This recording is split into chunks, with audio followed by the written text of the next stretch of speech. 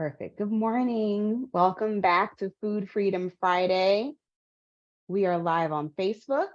We are live on Zoom as well.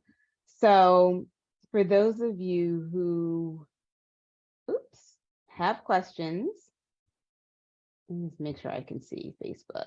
Okay, comments on Facebook. For those of you who have questions about anything that I've talked about in the Food Freedom Friday series, let's talk about it today. So get your questions ready.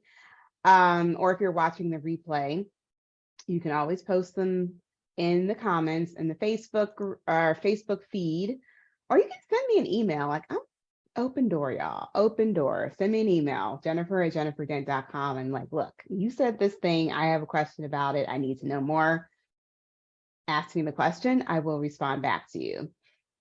Okay, so this is our 6th Food Freedom Friday, which is a 7-part series that I decided to come up with. Just a housekeeping note, next week I will be on vacation, so there will be no Food Freedom Friday, but we'll resume with the last and final one on October 6th. Yes, y'all, it is almost October. We are moving through 2023 very rapidly. And this is why I don't want you to keep waiting to lose weight. I don't want you to keep waiting to lose weight. All right. So Food Freedom Friday is the 7-part series that I came up with because I want to debunk all of these rules and things that you think you need to do to lose weight because they haven't been working for you. They have not been working for you. And so I have dedicated my life to women and weight loss. I've had my own journey of being overweight and being in that yo-yo dieting cycle for, gosh, like 20 years almost.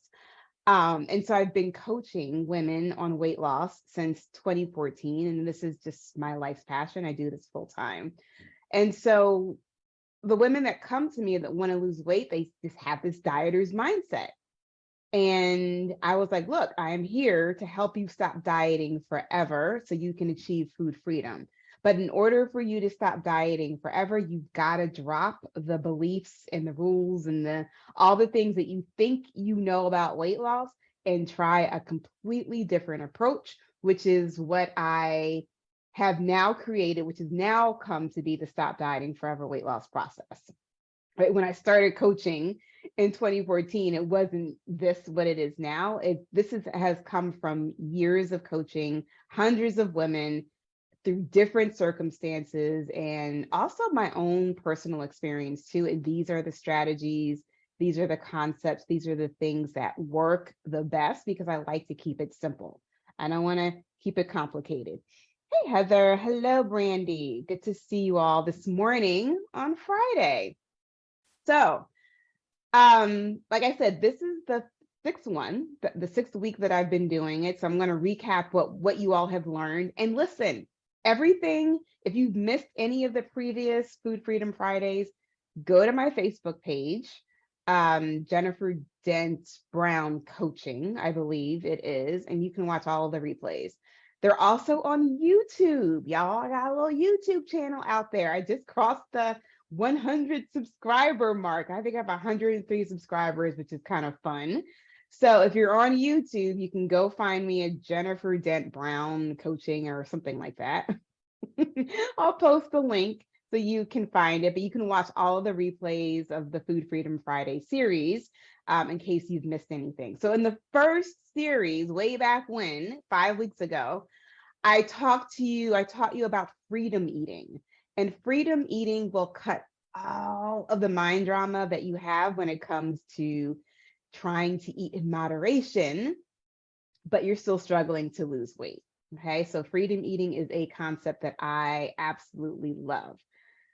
In week 2, I taught you how to crowd out the junk food, and so you can get more nutrient-dense foods into your body, but you're not completely going cold turkey. You're not completely giving up the foods that you love, your favorite junky foods. But with the crowding out concept, you can still have your favorite junky foods, but you're still getting more nutrient, more dense foods. And what happens is you will end up eating less naturally and you'll have more energy. It's such a simple and concept, but it's so powerful when you implement it. In week 3, we talked about sleep. So for those of y'all who are waking up tired or who believe that you're like, it's a problem if you can't get 8 hours of sleep every night, I taught you how to create your own Lux sleep strategy that focuses on improving the quality of your sleep instead of trying to increase the number of hours that you sleep, right? The quantity of sleep. Because look, we have busy lives. We got kids to take care of. We got jobs to do. We have parents to take care of. We don't always have the luxury of 8 hours of sleep. So if that's you, then you want to be able to create your Lux sleep strategy, which is going to help you improve the quality of your sleep. So even for those of you who sleep 8-9 hours, but you still wake up tired, you still want to implement your Lux sleep strategy because your quality of sleep isn't good, right? If you're waking up tired after 9 hours of sleep, we got to work on that. So you want to learn how to create your Lux sleep strategy. And I talked about that in week 3. In week 4, we talked about drinking water. And I taught you about the 10-sip standard. And we all know that drinking more water is gonna do all these lovely things in our bodies, but it's difficult to drink a lot of water, especially if you have a job that doesn't allow you to run back and forth to the bathroom every 90 minutes. Like me, I work from home. My bathroom is literally on the other side of this wall. I can drink all the water I want and go to the bathroom as much as I need to. But for those of you who are teachers, or my one client was a dentist. She was the one person that brought this up to me. And she was like, look, I don't want to drink water because I can't jump up and down and go to the bathroom all day. I gave you a different way to approach drinking water. And you can still get in and still practice the 10-sip standard within your working hours, okay, or outside of your working hours. So you're still able to drink more water, and that will support your weight loss. Last week, we talked about the 36-hour meal plan, the magic of the 36-hour meal plan. So you can say goodbye to the overwhelm of traditional weekly plans and hello to the simplicity, the savings, and the creativity that can come with a 36-hour meal plan. I love this option. I used to teach the 7-day meal plan, and one of my private clients was like, look, I can't plan for 7 days. It's very, very difficult. I was like, okay, well, let's just do 36 hours. And so the 36-hour meal plan was born, and my other clients who are in the Stop Dieting Forever group, they loved it. And so we are now implementing the 36-hour meal plan. So if you're on my email list, you will know ahead of time when these topics and when I'm doing Food Freedom Friday. Like I said, next week, there will be no Food Freedom Friday. I'll be back in October. But if any of these concepts hit you and you're like, yes, this is what I need to do, I just don't know how to do it. I just don't know how to make it part of my life. This is where private coaching comes in handy, right? It comes to be very, very transformational because as a client and you're working with me as a coach, I'm keeping you accountable. I am helping you implement these different strategies based off of your personal circumstances. I had this conversation yesterday with one of my private clients, and I think I mentioned this last week in Food Freedom Friday. We were going to be doing her vacation planning, right? And so helping her come up with her eating plan and how she was going to approach this week vacation that she had coming up. And it's so funny. She was like, oh, I thought we were going to come up with my, what am I going to eat on Tuesday? I'm going to eat on Wednesday, and a very, very detailed plan for the week. And we came up with her vacation strategy was 3 things and had nothing to do with food. And she was like, I love this. I can do this. And I was like, yeah, this is the difference between private coaching and just following, the standard in the group, because I customize this vacation plan for her based on what we had been working on over the past 2-3 months. Because I knew where she was struggling, and I knew where her brain was going to go to the left potentially on vacation. And so I created a very simple 3-point strategy to help her on vacation. So that's one of the benefits of working with me as a private client. The work that we do is customized, it is real time, and it is for you.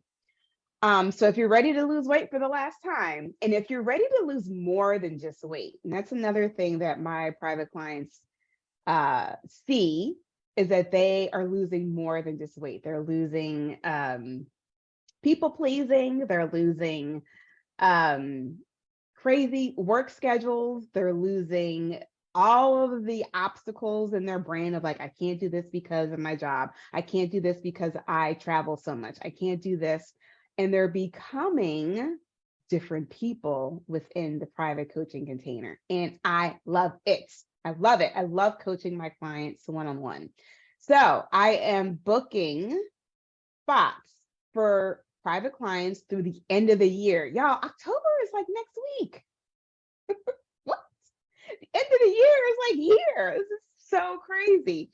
So if you're still working on the weight loss goal that you set in January, and you haven't yet achieved it, like, let's talk about private coaching. Book a call with me. It's free, 60 minutes. We hop on Zoom just like this. You will tell me exactly what you're struggling with, all the reasons why you haven't been able to lose the weight that you want or lose it and keep it off. And I will give you a very personalized prescription, essentially, right, for the 3 or 4 things that you can do to break the cycle that you're in and start to think about weight loss completely differently. Okay, so that's what happens when you book a consult with me. So you can go to jenniferdent.com/private coaching to find out more about private coaching with me and to also book a call with me. All right, so today, y'all want to know what we're talking about, because when I sent the email out, for those of you who are on my email list, I was like, I don't know what the topic's going to be on Friday. I was kind of like, I had a topic prepared and I was like, I don't know if I want to go with this one. So this is where we landed, y'all. I like to consider myself like, I like to be divinely led and guided. And so I'm very spiritually connected. I am a preacher's kid. And so I was like, what do they need to hear? What do they need to hear on the 22nd of September? And so this is where we're going to go, y'all. We're going to talk about the biggest issue that you have when it comes to losing weight. The biggest issue that you guys have when it comes to losing weight. Hello, Deanne. Welcome to Food Freedom Friday. It's overeating. Overeating. Listen, you're overweight. 99.9% of you are overweight simply because you're consuming too much food. You're putting too much food into your mouth. That is it. Now, I know there are special circumstances, right, where some people have medical conditions or they're on medication that causes their bodies to hold on to weight. But for 99.9% of y'all who want to know how to stop dieting forever, you're struggling with your weight simply because you're putting too much food into your mouth. And so our traditional answer to this has been traditional diets that teach us how to count calories. Traditional diets, they give us a caloric max of how much we should be eating every single day. How many of us have gone online and searched for like the calorie calculator, where we put in our height, how tall are we put in our age, our activity level, like how much are we moving and grooving throughout the day, and it spits out a number of what our daily caloric intake should be. And if we want to lose weight, we should be at a deficit. And so we've got to subtract 500 calories from that number in order to lose weight. How many of us have done that? How many of us have done that repeatedly, trying to like get that magical number of like, okay, I got to stay within this limit. And I don't care if I adjusted my age, I don't care if I adjusted my activity level, my caloric count was always like 1,200 calories, like every single time. I even had the, what do you call it? The thing where you breathe into the machine and it tells you what your basal metabolic resting number is. And I went to a dietitian, this is years ago. I went to a dietitian to get this test done. And she was like, oh, I don't think this is correct. Because it literally was like, you can't have more than 1,100 calories or else you're going to be gain weight. I'm 5'2". And so she was like, I don't know. So she had me do it again. And this is like a 10-minute process. So I did it again. I'm like breathing through the thing for 10 minutes. It spits out the number and it was like, you can't have more than 1,100 calories a day or you're going to gain weight. And so in order to lose weight, remember, you had to subtract 500 from that number. So then it was like going into the 1,500 calories. And I was like, yeah, I think I want to eat more food than that. It was very depressing. And the look on her face did not like motivate me or make me feel good either. So counting calories is like, it's not useful. So then, y'all know Weight Watchers, right? WW, they got fancy a couple of years ago and they created the point system. And they did all this marketing around all you need to do is make sure you stay within your point range and you will lose weight. Y'all, it was just another fancy way to calculate calories. It's another fancy way for us to calculate calories. So instead of, trying to stay under 1,500 calories a day to lose weight, you had to stay under 23 points, right? And that was like to make us feel better and like, but we're still doing the same thing. We're still counting. We're still using math. And then Weight Watchers, because they're a business, they're a corporation, and they needed to continue to make money, they created all these like little fancy gadgets for us to count our points. I had the calculator. Who else had the calculator? I had the little, the slider thing that I used to take into the grocery store to calculate how many points are in foods. This is before they had the app and before they became WW. This is Weight Watchers. I bought all the stuff, y'all. I bought the specialty cookbooks because the specialty cookbooks will calculate the recipes for the points per serving.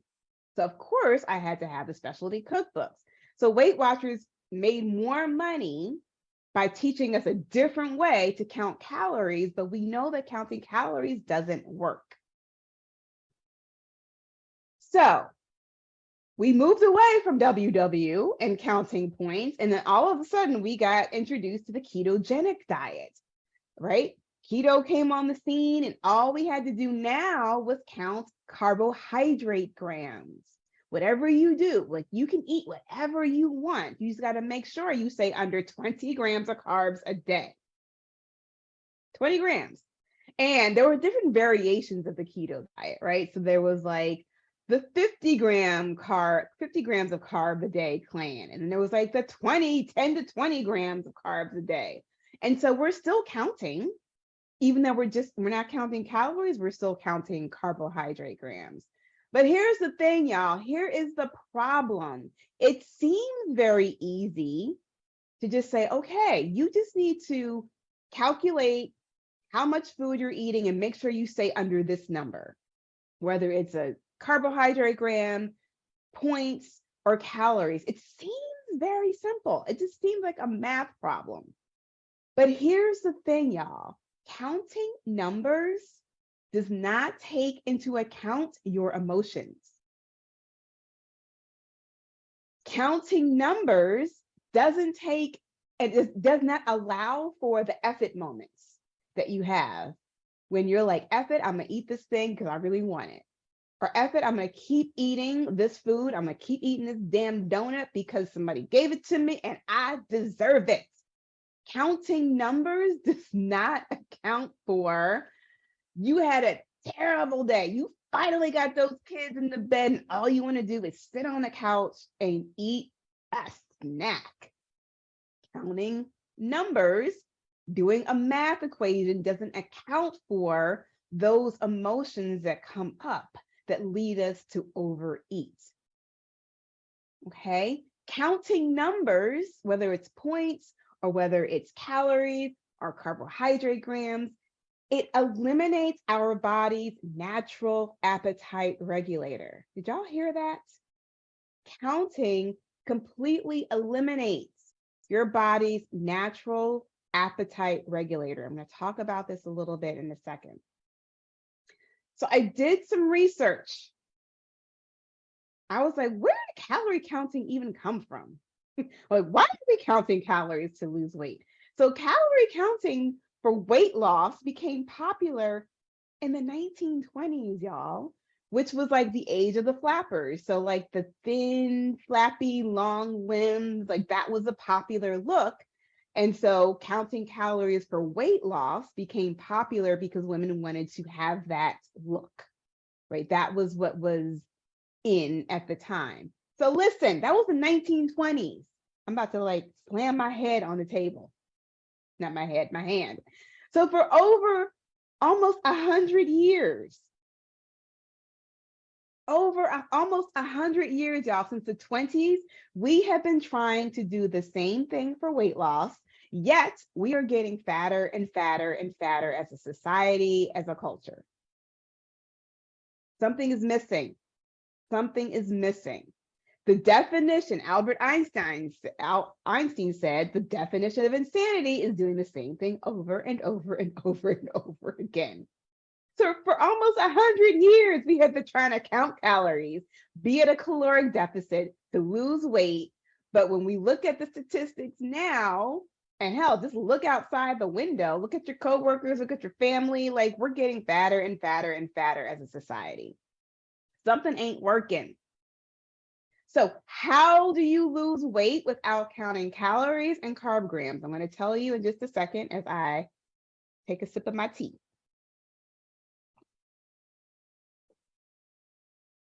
I want you to know that you already have everything you need.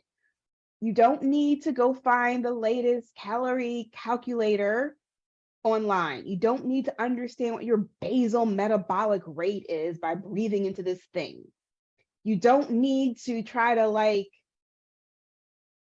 do so much exercise to be in a caloric deficit every single day. Oops. Hold on. I get so excited, my AirPods come out of my ears. This is the microphone I'm using. You don't have to do all of those things. You have everything you already need inside of your brain and your body. You just have to learn how to tap into your body's natural appetite regulation center. That's it. We are all born with it. It's already there. You don't have to go buy it. You don't have to like conjure it up. It's already there. We are already all born with it. Nobody talks about it. So I'm going to give you an example of what this is and what it looks like. If you look at animals, right? Animals, you don't see an overweight bird, right? You've never seen an overweight bird in the natural, right? You may have seen them in the zoo, but you don't see an overweight pigeon, for example. Okay, here's why. Because animals have the same natural appetite regulation center in their brains that we do. So they eat just enough to fuel their bodies so they have enough energy to fly away. They don't overeat because they are emotional eaters, because then they're too heavy to fly. So they know exactly how much to eat. They know exactly when to stop eating because of their natural appetite regulation center in their brain. Birds are not emotional eaters. Okay. All right. Here's another example that you all are probably very familiar with. Babies. When we look at a baby, because a baby has a natural appetite regulation center in its brain, just like you do right now. When you try to feed a baby, and the baby will cry, and it's like, I'm hungry, I'm hungry. So we feed the baby. That the baby's like, we need baby hungry, fuel, give me something to eat. right? So you give the baby a bottle, you give the baby a nipple, and it eats. But as soon as it's done, whether that bottle is empty or not, it shuts its mouth and it's like, don't give me any more. And you're like trying to put the nipple into the baby's mouth, and the baby's like, I'm done. I'm done. They're done, right? Their bodies, their brain's natural appetite regulator has kicked in, and it's like, we got enough fuel. We're good. We're good to go. Until next time, when I get hungry, I'm going to let you know, and you're going to come feed me. We all have this natural appetite regulation center in our brains. But as we've gotten older and our bodies have become exposed to ultra processed foods, we found it harder to stop eating them because of the chemicals and the salt and the sugar and the ultra processed foods.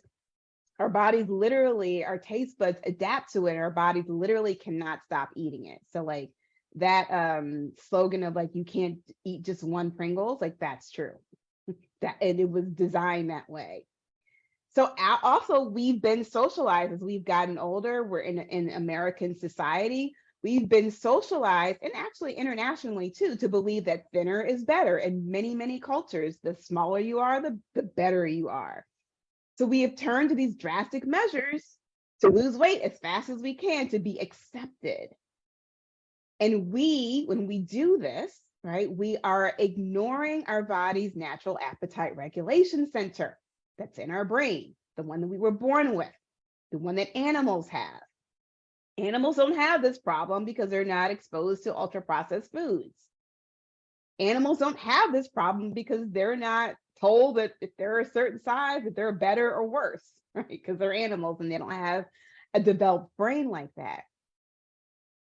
So no one reminded us that natural whole foods were created on this planet to fuel our bodies from the beginning of time. We forget that because we're looking at the media, we're looking at social media, we're looking at magazines and music videos, and we're thinking, oh, I need to be smaller, I need to have, more junk in my trunk, I need to have a smaller waist to be accepted. And so we do all of these things, these drastic measures to try to create a body to be accepted. Y'all, wrong direction. It's the wrong direction. No one taught us how to tap into our body's natural appetite regulator. I'm gonna tell y'all, listen, it's called your appestats. That's the center in your brain. I did not know anything about the appestat until I became a coach, a health coach. And listen, y'all, I have been studying how to lose weight for decades when I was struggling with my weight, since the day I walked on to campus in college, where I gained the freshman 15 until I was well into my 30s. I struggled with my weight.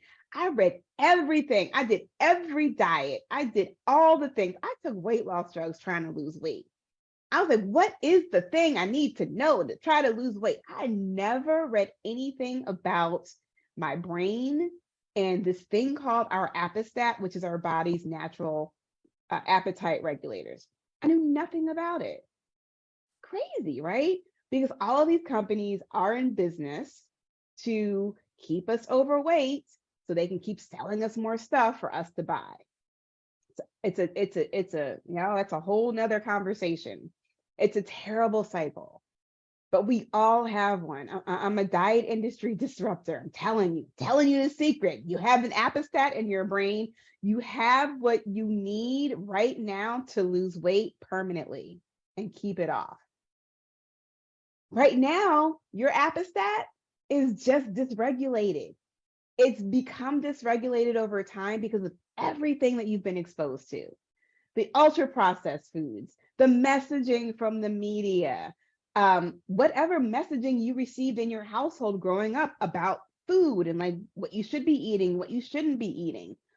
Our appetite has been dysregulated because we are smart human beings, y'all. And we can think very, very logically. And so we come up with these stories of things that we think that we need to do. And it seems very, very real for us in order to be accepted, in order for us to lose the weight. And at the end of the day, what do? We go back to calorie counting and counting carbohydrates. No. In order for you to lose weight, to stop dieting forever, and to achieve food freedom, you want to get back in touch with your appestat. You want to get realigned with your appestat. What that is, what it feels like, how do I know, how do I use it, like what is it? So I created this tool called the satisfaction scale to help you do just that. The satisfaction scale literally is a series of questions and a rating system that you will use when you get the urge to eat.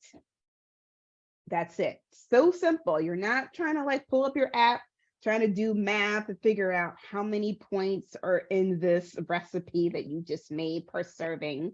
You're not weighing and measuring your food. You're just using the satisfaction scale every time you get the urge to eat. And here's the other thing that you're going to do too, because hunger can show up in many different ways, because most of us are emotional eaters. Hunger can show up in many, many different ways. And it can show up in 5 different ways, 5 different common ways that hunger presents itself to us.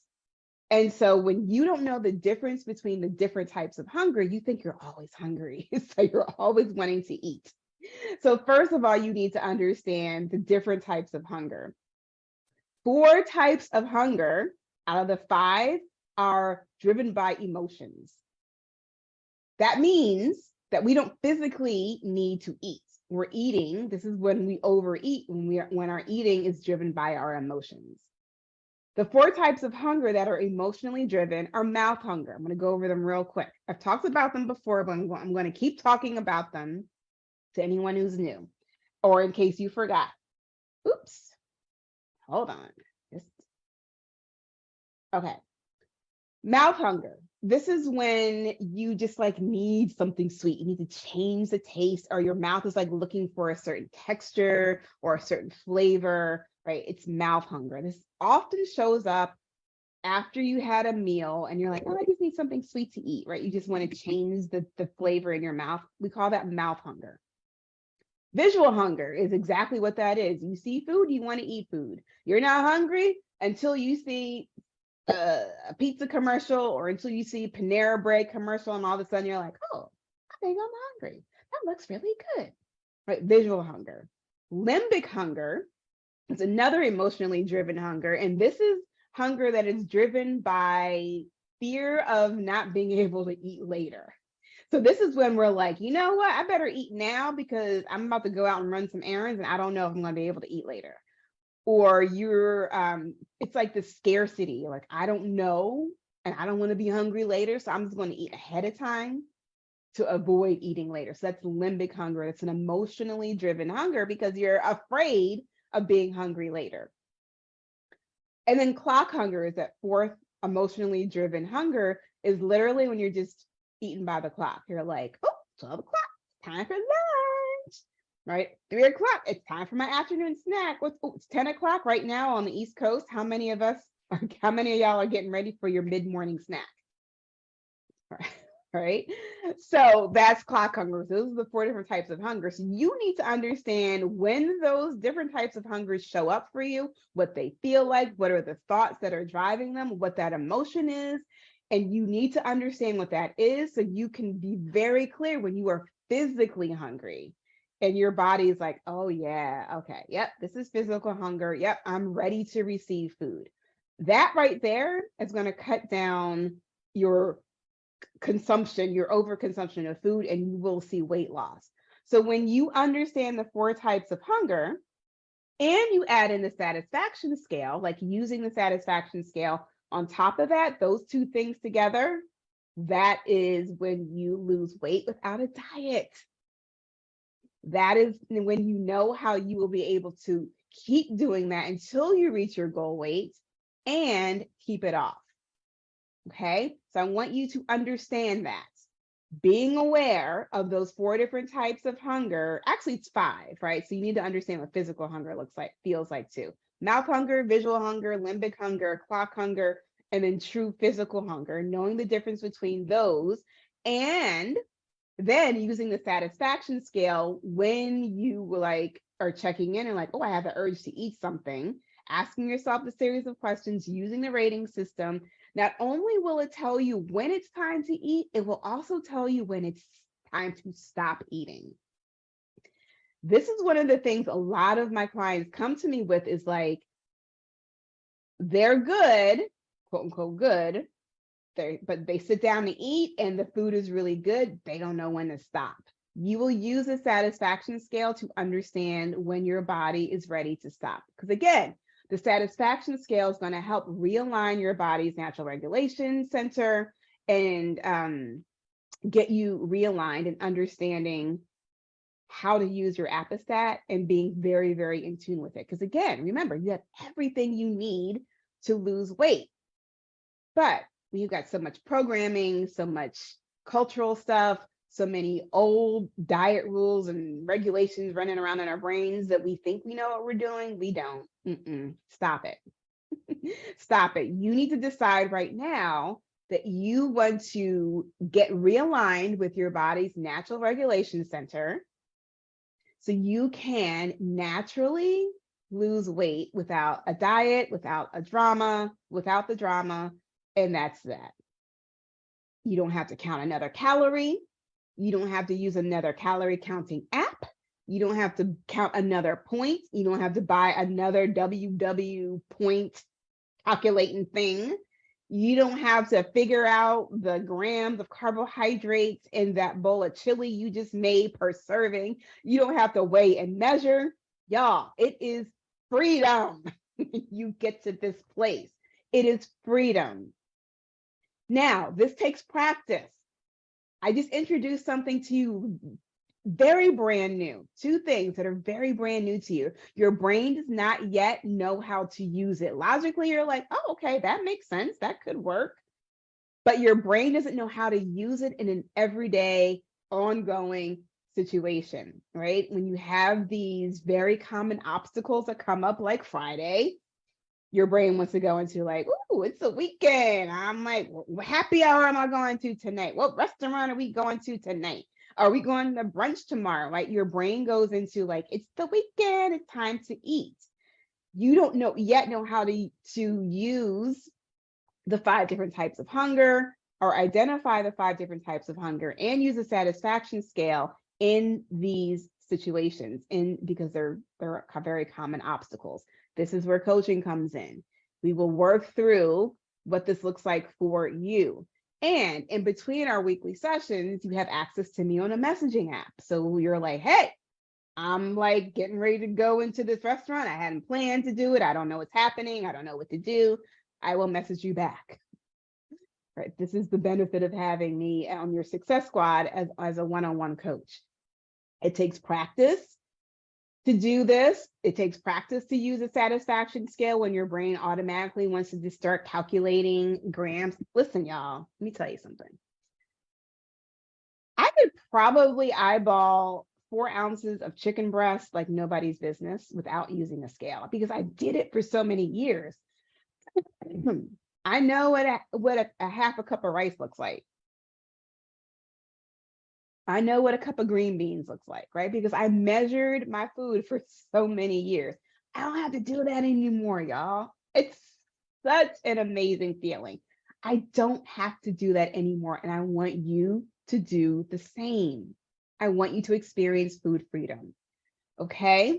So any questions that you guys have about the satisfaction scale, the 5 different types of hunger, or anything that I have covered over the past couple of weeks, freedom eating, crowding out, the Lux sleep strategy, the 10-sip standard, the 36-hour meal plan, or today, the satisfaction scale, you can leave me a message on Zoom or on Facebook. Hey, Kia. All right, if you're watching the replay, you can always go into the Facebook page and type in your comments or your questions and tag me and I will come back and answer them. And again, as I was saying at the beginning when I started, send me an email, right? If you have a question and you're like, I don't want to post it publicly, just send me a DM or send me an email at jennifer@jenniferdent.com and I will get back to you. So I'm going to take another sip of my tea. And again, next week I'll be on vacation, so no Food Freedom Friday next week, but we will resume with the last one on October 6th. October, y'all. Here. All right. If you're interested in booking a consult with me because you're interested in private coaching and you want to know how my process can help you and what private coaching with me looks like, book a consult with me. It's free. We'll pop on Zoom. It's about an hour. You tell me all the things, right? All the things that you've been struggling with, what hasn't been working for you. And I will tell you what will work for you. Very simply. Go to jenniferdent.com/private-coaching to get the link. And I also put it in Facebook for those of you on Facebook to schedule a call with me to become my one-on-one client. All right, y'all. Have an amazing weekend. And I will see you in 2 weeks. All right. Bye.